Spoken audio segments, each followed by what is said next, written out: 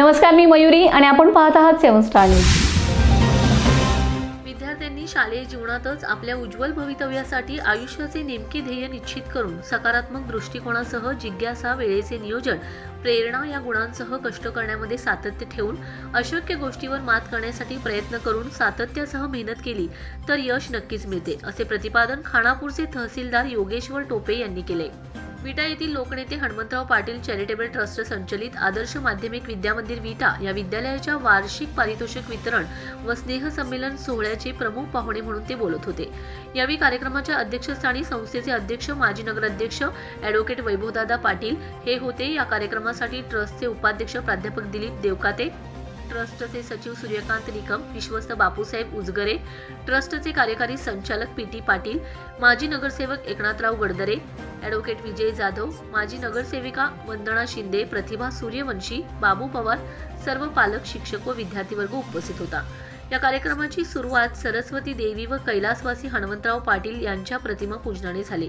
विद्यार्थ्यांनी सुरेल स्वागत गीत गाऊन पाहुण्यांचे स्वागत केले। यानंतर प्रास्ताविक विद्यालयाचे मुख्याध्यापक सुभाष धनवडे यांनी करताना सांगितले की हे विद्यालय नावाप्रमाणेच आदर्श असून बौद्धिक तसेच क्रीडा, सांस्कृतिक, कला या सर्व क्षेत्रांमध्ये या विद्यालयाने आतापर्यंत उत्तुंग यश मिळवले आणि या सर्वांमध्ये त्यांना संस्था, पदाधिकारी, शिक्षक, स्टाफ, पालक या सर्वांचे नेहमीच सहकार्य लाभले।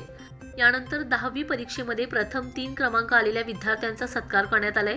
त्यानंतर राज्यस्तरीय संघामधून राष्ट्रीय स्तरावर विजेतेपद मिळवलेल्या खो खो क्रीडा प्रकारातील मुलींचे अभिनंदन करण्यात आले। त्याचबरोबर तालुकास्तरीय, जिल्हास्तरीय व शालेय स्पर्धेमध्ये विविध क्रीडा प्रकारात व बौद्धिक प्रकारात यश मिळवलेल्या सर्व विद्यार्थ्यांचे पारितोषिक वितरण करण्यात आले। विद्यालयाचा माजी विद्यार्थी बाबू लालासो पवार यांनी विद्यालयात सॅनिटरी नॅपकिन डिस्पोजल मशीन भेट दिल्याबद्दल त्यांचा सत्कार करण्यात आला। यावेळी मनोगत व्यक्त करताना बाबू पवार म्हणाले की या विद्यालयाने कसं जगावं आणि का जगावं याची शिकवण आम्हाला दिली। या विद्यालयामुळेच अनेक विद्यार्थ्यांचे भविष्य उज्ज्वल झाले। त्यामुळे या विद्यालयाकडे परत वळून पाहताना आम्हाला सर्वांना नक्कीच अभिमान वाटतो। यावेळी प्रमुख पाहुणे म्हणून बोलताना तहसीलदार योगेश्वर टोपे यांनी आपल्या जीवनातील अनेक किस्से सांगत असताना स्पर्धा काय असते हे विद्यार्थ्यांनी आपल्या गावाबाहेर गेल्यानंतर समजते। आपल्या आयुष्यात अशक्य वाटणाऱ्या गोष्टीवर सुद्धा आपण मात करायला शिकलं पाहिजे आणि आपलं ध्येय निश्चित करताना ते शालेय जीवनात केलं पाहिजे।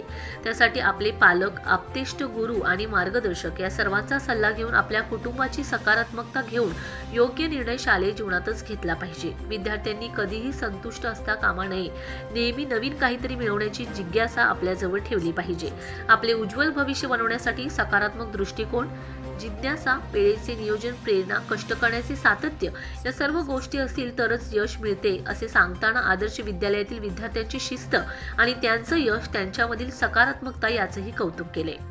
संस्थेचे अध्यक्ष वैभवदादा पाटील यांनी संस्था, पदाधिकारी व विद्यालयातील शिक्षक, स्टाफ, पालक, विद्यार्थी यांचे कौतुक करून परिसराचा कायापालट करण्यासाठी या संस्थेने आतापर्यंत खूप चांगलं काम केलं आहे, असे गौरवोद्गार काढले।